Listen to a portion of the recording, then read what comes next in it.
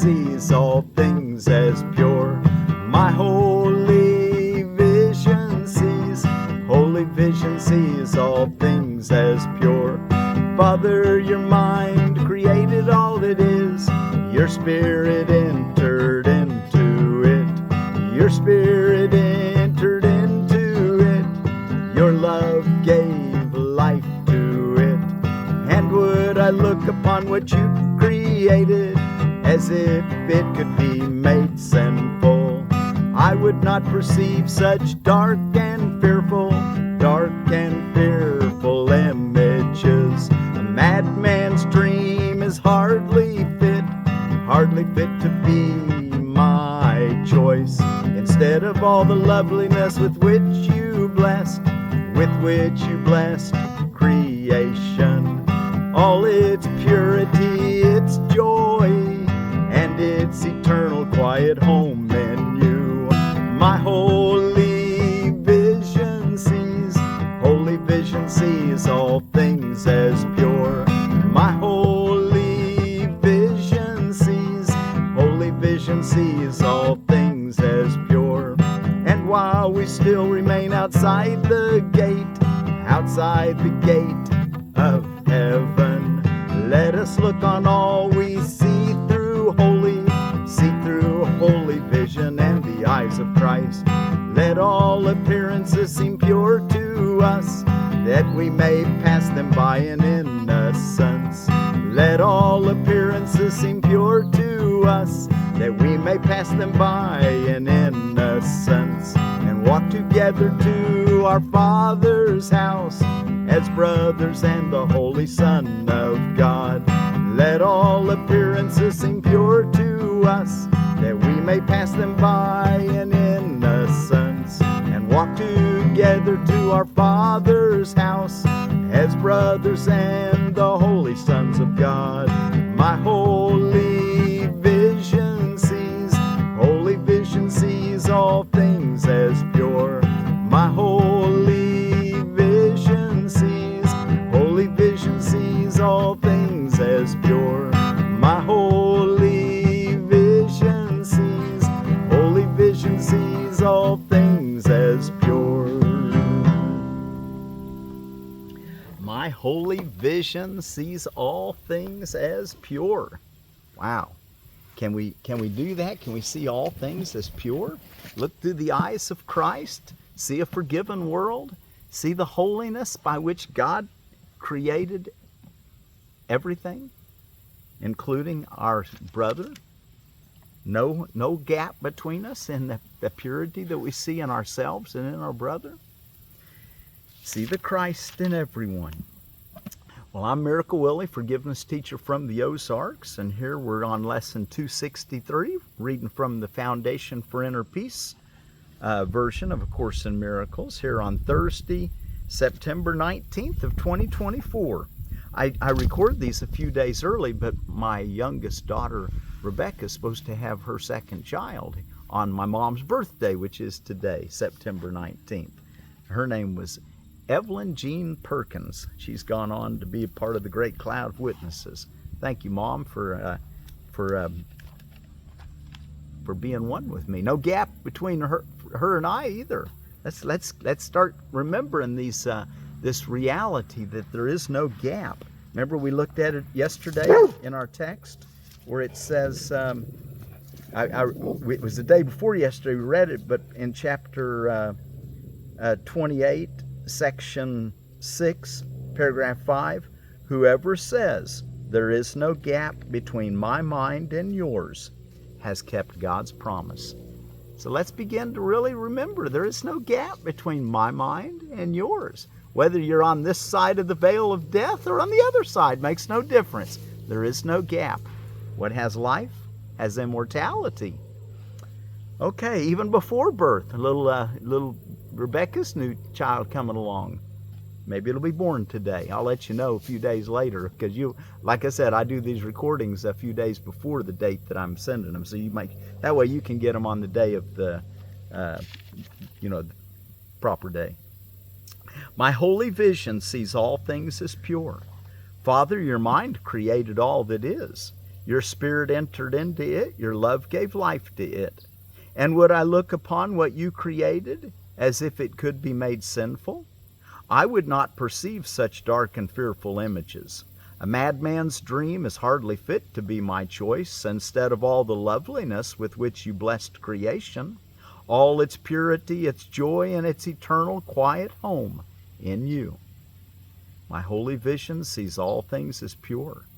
And while we still remain outside the gate of heaven, let us look on all we see through holy vision and the eyes of Christ.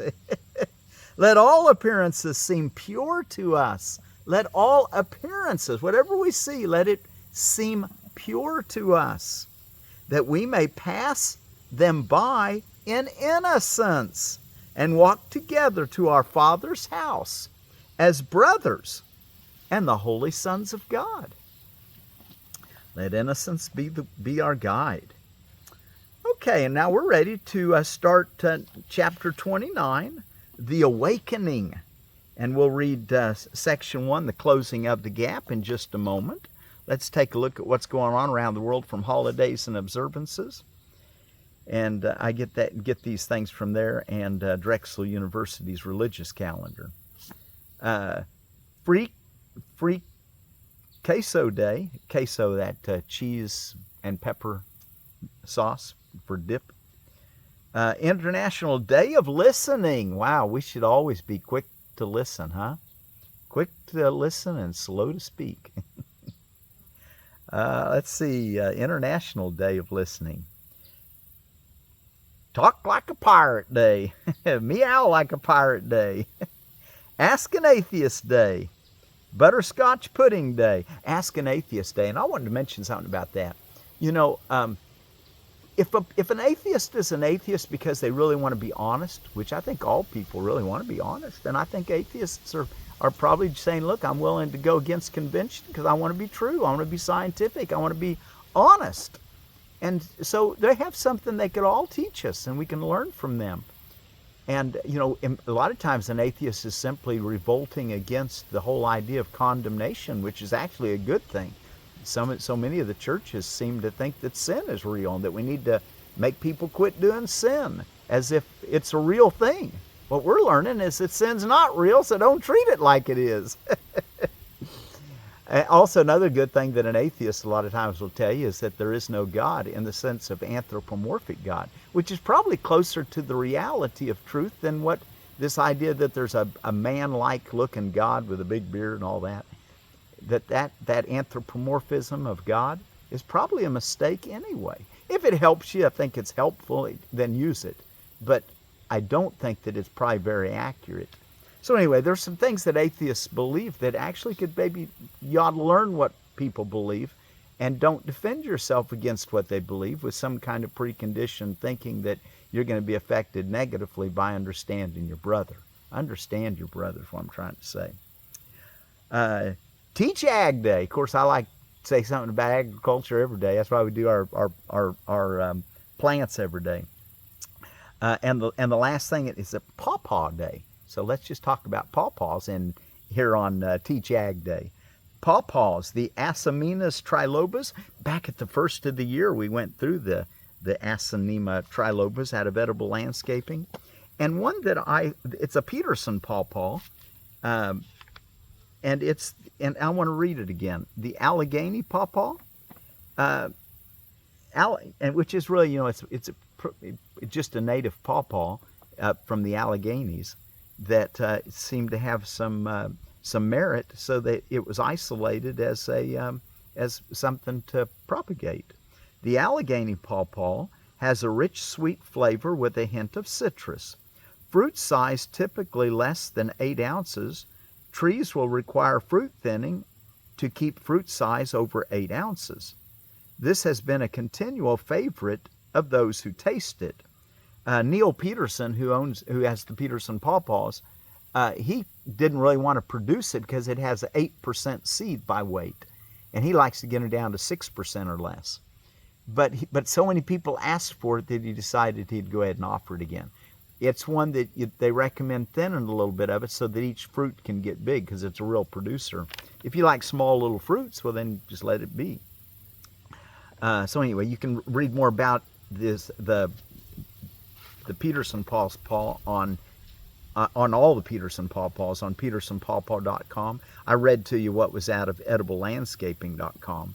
It says also in Edible Landscaping about pawpaws in general, since it's Pawpaw Day. Plant trees close to one another for best pollination. Plant 6 feet apart for a hedge-like appearance, or 15 to 20 feet apart to stand alone. If you order a grafted plant, choose a different variety of pawpaw for pollination. Select Pawpaw or Native Pawpaw, which are our seedling varieties, and will cross-pollinate each other, or a grafted variety. All pawpaws are hardy in zones 5 through 8. So there you go, all the way through the Ozarks. Your pawpaws would do well. Okay, now let's take a look at our beginning of chapter 21, the awakening, the closing of the gap. And as we read it, keep in the back of your mind our lesson for today. And be sure to bring that lesson every hour of the day to what you're doing. Let it apply it to your life in general, every day, and specifically, I guess, for what I'm saying. And give thanks to God on the top of those hours when you bring it to your memory. And if you can't do it at the top of the hour, do it sometime during the hour, and then ask for guidance of what to do for that hour. And today, tell yourself, my holy vision sees all things as pure. My holy vision sees all things as pure. And then be sure to say that early in the morning and late at night, before you go to bed and when you first wake up in the morning. And then enter into the quiet stillness, bathed by the idea that my holy vision sees all things as pure.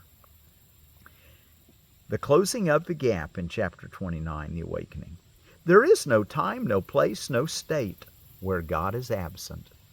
God is a very present help in time of need, is what I like to think of it out of Psalms. There is no time, no place, no state where God is absent. There is nothing to be feared. There is no way in which a gap could be conceived of in the wholeness that is His. The compromise the least and littlest gap would represent in His eternal love is quite impossible, for it would mean His love could harbor just a hint of hate. His gentleness turns sometimes to attack, and His eternal patience sometimes fail. All this do you believe when you perceive a gap between your brother and yourself. How could you trust Him then? For He must be deceptive in His love. Be wary then. Let Him not come too close, and leave a gap between you and His love, through which you can escape if there be need for you to flee. Of course, this is how the hesitant part of yourself, the ego mentality thinks, the lower separated identity. And he's going to develop it more. Paragraph 2. Here is the fear of God most plainly seen. For love is treacherous to those who fear, since fear and hate can never be apart. No one who hates but is afraid of love, and therefore must he be afraid of God. Certain it is he knows not what love means. He fears to love and loves to hate. I'll catch the reversal on that. He fears to love and loves to hate. And so he thinks that love is fearful and hate is love. This is the consequence the little gap must bring to those who cherish it and think that it is their salvation and their hope. Paragraph 3. The fear of God. The fear of God. The great obstacle that peace must flow across has not yet gone. The rest are past. But this one still remains to block your path and make the way to light seem dark and fearful, perilous and bleak. You had decided that your brother is your enemy, sometimes a friend, perhaps, provided that your separate interests made your friendship possible a little while. Catch that? You had decided that your brother is your enemy, sometimes a friend, perhaps, provided that your separate interests made your friendship possible a little while, but not without a gap perceived between you and him, lest he turn again into an enemy. See, you're wanting to see your brother in that separated self as a gap between the two of you. let him come close to you, and you jumped back. As you approached, did he but instantly withdraw. A cautious friendship, and limited in scope and carefully restricted in amount, became the treaty that you had made with him. A cautious friendship. Thus you and your brother but shared a qualified intent, in which a clause of separation was a point you both agreed to keep intact. A clause of separation that you both agreed to keep intact. And violating this was thought to be a breach of treaty, not to be allowed. Oh my, what a treaty. Paragraph 4. The gap between you and your brother is not one of space between two separate bodies, and this but seems to be dividing off your separate minds. It is the symbol of a promise made to meet when you prefer, and separate till you and he elect to meet again.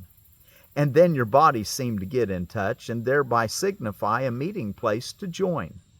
But always is it possible for you and him to go your separate ways, conditional upon the, in quotes, right to separate will you and he agree to meet from time to time and keep apart in intervals of separation, which do protect you from the, in quotes, sacrifice of love. Now let me read it again. It's kind of a long sentence, but and I won't put the quotes in there on the word right and sacrifice. Conditional upon the right to separate, will you and he agree to meet from time to time and keep apart in intervals of separation, which do protect you from the sacrifice of love. The body saves you, for it gets away from total sacrifice and gives to you the time in which to build again your separate self, which you truly believe diminishes as you and your brother meet. Of course, this is not talking about the way that God wants us to do it. It's talking to the way that we do it, in our lower nature. Paragraph 5. The body could not separate your mind from your brother's unless you wanted it to be a cause of separation and of distance seen between you and him. Thus do you endow it with a power that lies not within itself, and herein lies its power over you. For now you think that it determines when your brother and you meet, and limits your ability to make communion with your brother's mind. And now it tells you where to go and how to go there, what is feasible for you to undertake, and what you cannot do. It dictates what its health can tolerate, and what will tire it and make it sick. And its, in quote, inerrant weaknesses set up the limitations on what you would do, and keep your purpose limited and weak. Paragraph 6. The body will accommodate to this, if you would have it so. It will allow but limited indulgences in, quotes, love, because it's not really true love, it's indulgent in it. It will allow but limited indulgences in love, with intervals of hatred in between. And it will take command of when to love and when to shrink more safely into fear. And that word love again is in quotes, because when love has that, use it sometime and don't use it other times, it hadn't yet realized that love is eternal. It's constant. You can't get in it and out of it. It's a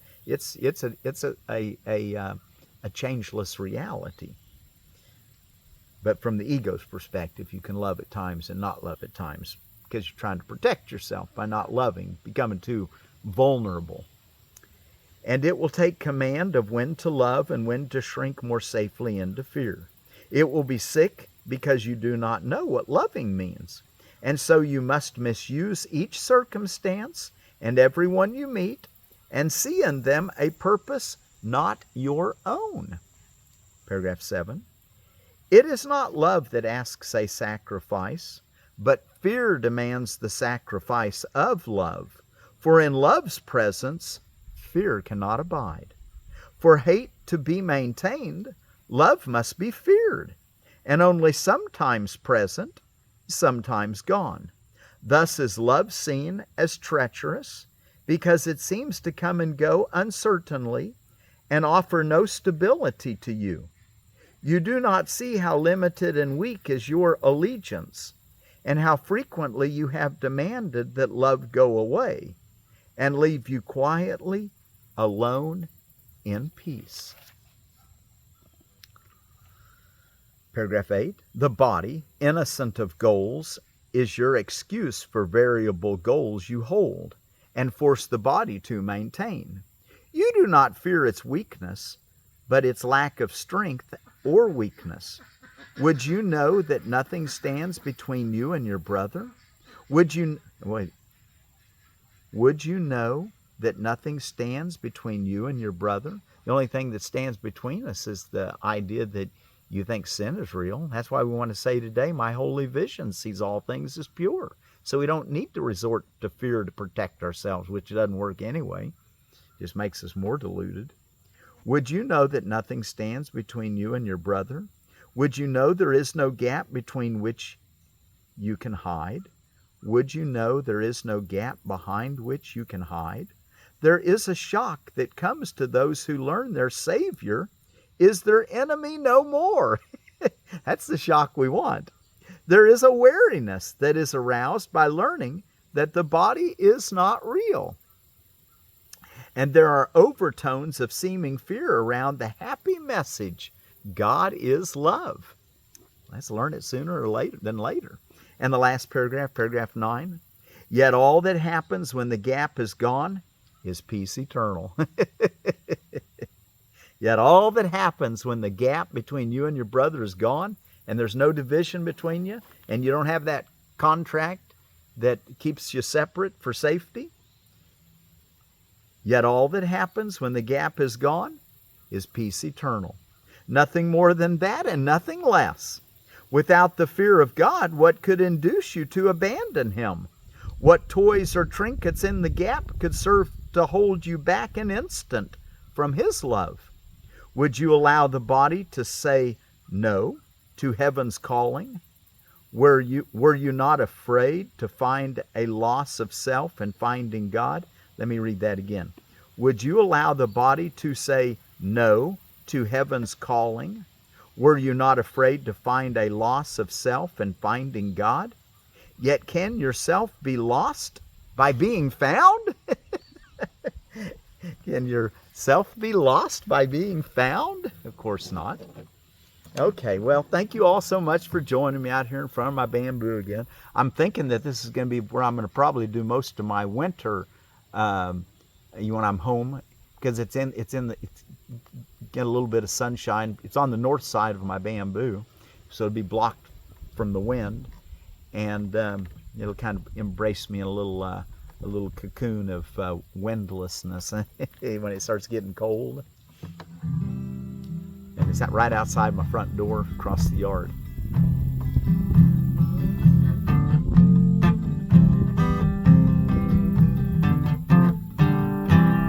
My holy vision sees all things as pure. My holy vision sees all things as pure.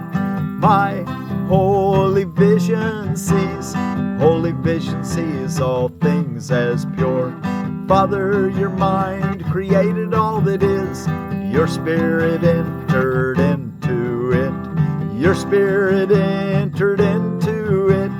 Your love gave life to it.